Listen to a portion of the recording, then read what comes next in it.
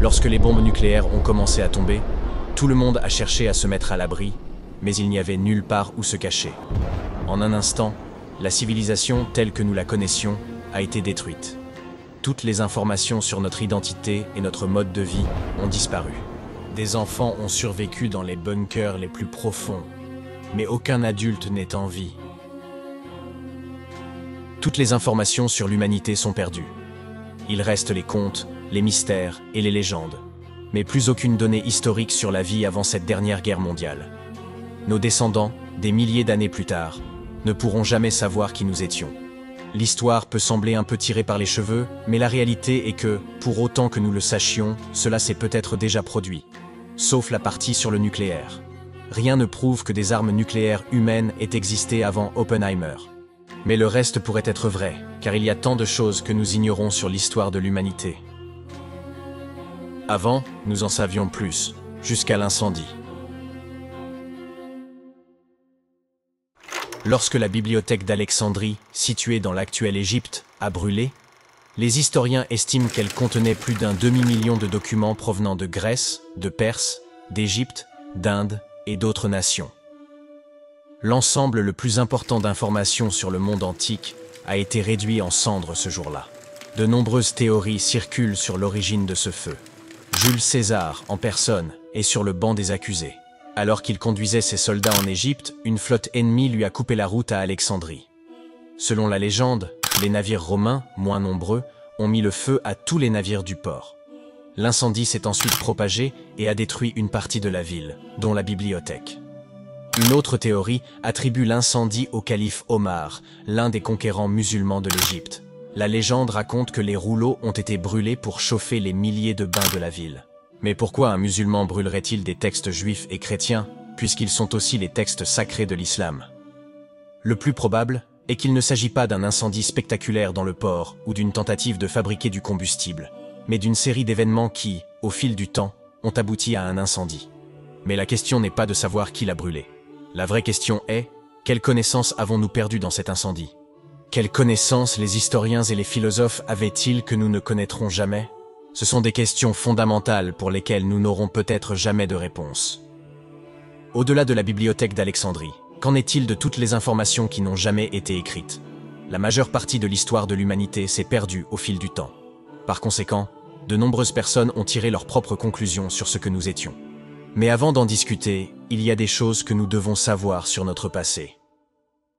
Les premiers humains, qui sont apparus durant la dernière période glaciaire il y a 300 000 ans, ont vécu dans des conditions difficiles. Les populations étaient de taille réduite et grandissaient lentement. L'âge de pierre, se terminant il y a environ 3000 ans, a vu la transition de la chasse vers l'agriculture. Les humains de cette époque ont commencé à utiliser des outils en os et en pierre, vivant d'abord dans des grottes, puis dans des sortes de huttes. Ils ont appris à maîtriser le feu pour rester au chaud et cuisiner de plus gros animaux, comme les bisons, les daims et même les mammouths laineux. Ils ont créé les premiers arts rupestres, gravant les objets du quotidien ou les murs des cavernes, avec des figures d'animaux et d'humains qui fascinent encore aujourd'hui. Leurs outils sont passés de pierres mal taillées à de véritables lances et flèches acérées, et ils se sont progressivement sédentarisés dans des villages pour développer l'agriculture. C'est grâce à des haches polies et des outils agricoles que nous savons que l'homme a commencé à se sédentariser et à cultiver la terre. Cette sédentarisation a entraîné des avancées dans la construction, la poésie et le textile. Autre phénomène intéressant, la proportion de plantes par rapport aux animaux était restée relativement la même jusqu'à environ 4000 avant Jésus-Christ. À partir de ce moment, à mesure que la civilisation humaine s'est développée, l'impact de l'homme sur l'environnement s'est accentué avec le temps. Autour de 3300 avant Jésus-Christ, l'âge de bronze a débuté, introduisant le métal, ce qui a permis d'améliorer les outils et les armes. Qui dit plus de production dit plus de raisons d'entrer en conflit, et ces changements ont favorisé l'émergence de gouvernements organisés, du droit et de la religion. Les humains ont également adopté de nouveaux outils et textiles plutôt que des peaux d'animaux pour se couvrir. Et peut-être le plus célèbre, ce fut le début de l'histoire écrite. Les hiéroglyphes égyptiens, les premiers enregistrements connus, sont apparus. Au cours de l'âge du fer, de 1300 à 900 avant Jésus-Christ, l'humanité a connu d'importants progrès. La maîtrise de la forge a permis la création de nouveaux outils et armes. De nouvelles formes d'habitation, comme des maisons à 4 pièces avec des étables pour les animaux, ont commencé à émerger. On observe également des traces d'initiatives d'urbanisme, avec des groupements de maisons et des infrastructures d'eau. Des domaines tels que l'agriculture, l'art et la religion ont aussi gagné en sophistication. Enfin, cette période est marquée par le développement des systèmes d'écriture, permettant une meilleure documentation et conservation de l'histoire humaine. Voilà en gros tout ce dont nous sommes sûrs à propos du monde antique, dont une grande partie nous est fournie par les fossiles. Mais les fossiles ne peuvent pas tout nous dire. Comment ces gens vivaient-ils? Quelles étaient leurs habitudes quotidiennes? Quels étaient leurs plats préférés? Nous ne le savons malheureusement pas, et tant de gens ont élaboré des théories. À quoi pouvait ressembler la vie avant que l'histoire ne soit écrite? Tout comme les Grecs ont inventé des mythes de dieux puissants pour expliquer leur vie quotidienne et leurs émotions, les gens élaborent depuis toujours des théories sur l'histoire de l'humanité. Des théories comme celle de l'Ève originelle, une humaine qui a donné naissance, au sens propre comme au sens figuré, au reste de l'humanité. Dans les années 80, le séquençage de l'ADN a démontré que cette Ève aurait pu exister il y a seulement 120 000 ans. Des crânes découverts en Afrique de l'Est ont ensuite fourni des indications sur son apparence et sur les lieux où elle aurait pu vivre. Cette Ève réelle, qui n'est plus seulement un personnage de la Bible, mais une femme qui était notre ancêtre à tous, a fait son chemin dans la culture populaire et a conquis le monde entier. Qu'en est-il de la possibilité que nos lointains ancêtres aient été beaucoup plus avancés que ce que nous le pensons? On a toujours supposé que les humains de la période du Paléolithique supérieur, de 50 000 à 15 000 avant Jésus-Christ, étaient des groupes de cueilleurs, n'établissant pas de tradition ou d'organisation au sein de leur groupe. Mais récemment, des preuves de sépultures et de grands bâtiments ont été découvertes. Des sépultures ont été découvertes en Eurasie occidentale. Ce ne sont pas des cimetières complets, mais des tombes individuelles et groupées où les corps étaient placés dans des positions particulières et souvent ornées. L'idée que des fourrageurs aient pu réaliser des enterrements cérémoniels pour certains de leurs défunts est surprenante. En Turquie, d'impressionnants temples de pierre datant de cette période ont été mis au jour. Ces structures, atteignant parfois 5 mètres et pesant près de 8 tonnes, étaient constituées de piliers gravés représentant leur environnement et étaient reliés par des murs de pierre. De telles structures impliquent une activité humaine coordonnée. La construction d'œuvres majeures requiert énormément de communication et de collaboration. On pensait que peu s'était passé pendant l'époque paléolithique. Mais peut-être que les anciens humains de cette période avaient une structure sociale plus avancée, avec des dirigeants et des dynasties. Les preuves sont troubles, mais qui peut affirmer l'un ou l'autre? Les perceptions sur nos ancêtres évoluent sans cesse.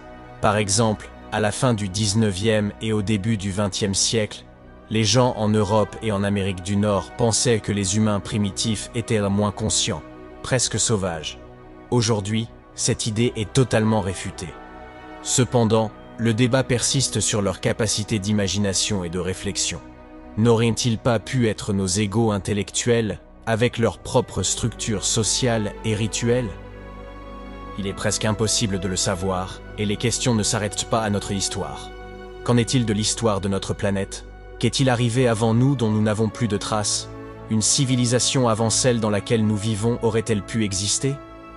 Pour avoir une civilisation, il faut un surplus de nourriture, pour permettre aux gens de se spécialiser dans d'autres domaines que la production alimentaire.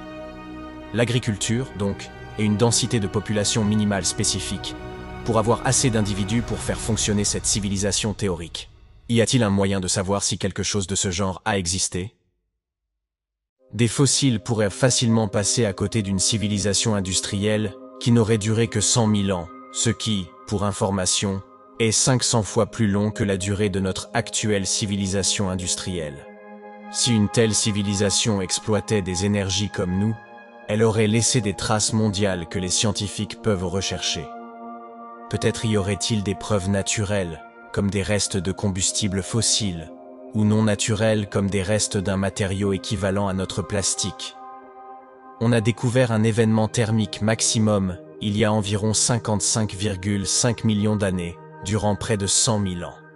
Les signaux chimiques de ce réchauffement ressemblent à ceux d'aujourd'hui, évoquant une augmentation de température de 5 à 8 degrés Celsius. Est-ce la preuve d'une ancienne société industrielle? Selon les experts qui ont étudié la question en détail, probablement pas. Mais si on ne se pose pas la question, nous ne pourrons jamais avoir de réponse et ne pourrons jamais faire de nouvelles découvertes. À quoi ressemblèrent les sons des anciennes langues? Comment faisaient-ils lorsqu'ils rencontrèrent quelqu'un qui parlait une autre langue? Quelles émotions ressentaient-ils à la mort d'un individu? À quoi ressemblait leur deuil? Et qu'en est-il de leurs relations? Est-ce que les adolescents se disputaient avec leurs parents? Est-ce que l'amour romantique avait du sens pour eux? Les gens cherchaient-ils à tomber amoureux? Les fossiles et les os ne peuvent pas répondre à ces questions. Nous ne saurons jamais à quoi ressemblaient ces sociétés, car une société est bien plus importante que ce qu'elle laisse derrière elle. C'est pour ça que l'incendie d'Alexandrie est si tragique. La perte de la bibliothèque d'Alexandrie illustre les dangers qu'il peut y avoir à ignorer la préservation du savoir.